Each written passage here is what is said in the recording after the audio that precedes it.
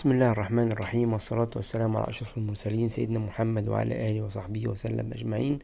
أهلا بكم أصدقائنا في فيديو جديد. الفيديو ده يا جماعة فيه 4 إعلانات، تابعونا لحد الآخر عشان تشوفوا ال4 إعلانات بالوظائف المختلفة فيه.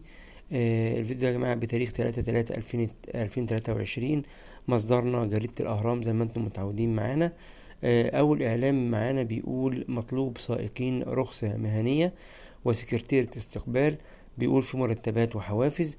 للتواصل على 0122 343 8753، وفي رقم تاني 010 188 12688.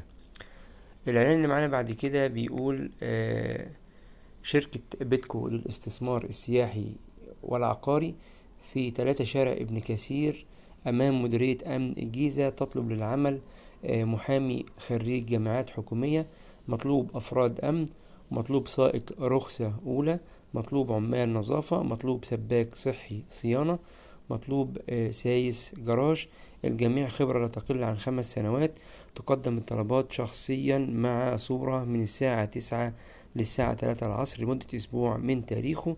يعني حضرتك هتتوجه بالأوراق بتاعتك للعنوان اللي احنا قلناه في 3 شارع ابن كثير. الإعلان رقم 3 بيقول مطلوب لشركة مقاولات كبرى بالتجمع الخامس سائقين برخصة درجة ثالثة. بيقول إن في تأمينات اجتماعية ومكافآت. الاتصال على 011 3 11 9 4 6.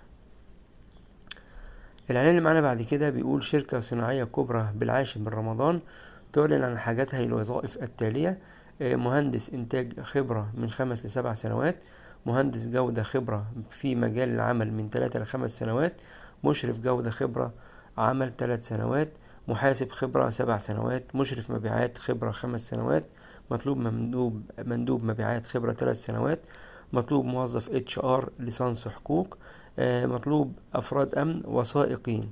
هو هنا مش محدد للسائقين رخصة ايه.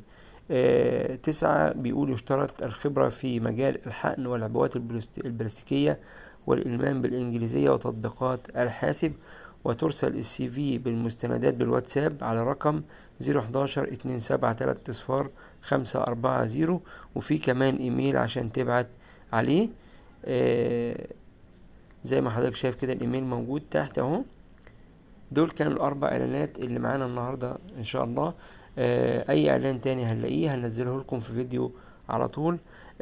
شكرا لكم. تابعونا باستمرار. السلام عليكم ورحمة الله وبركاته.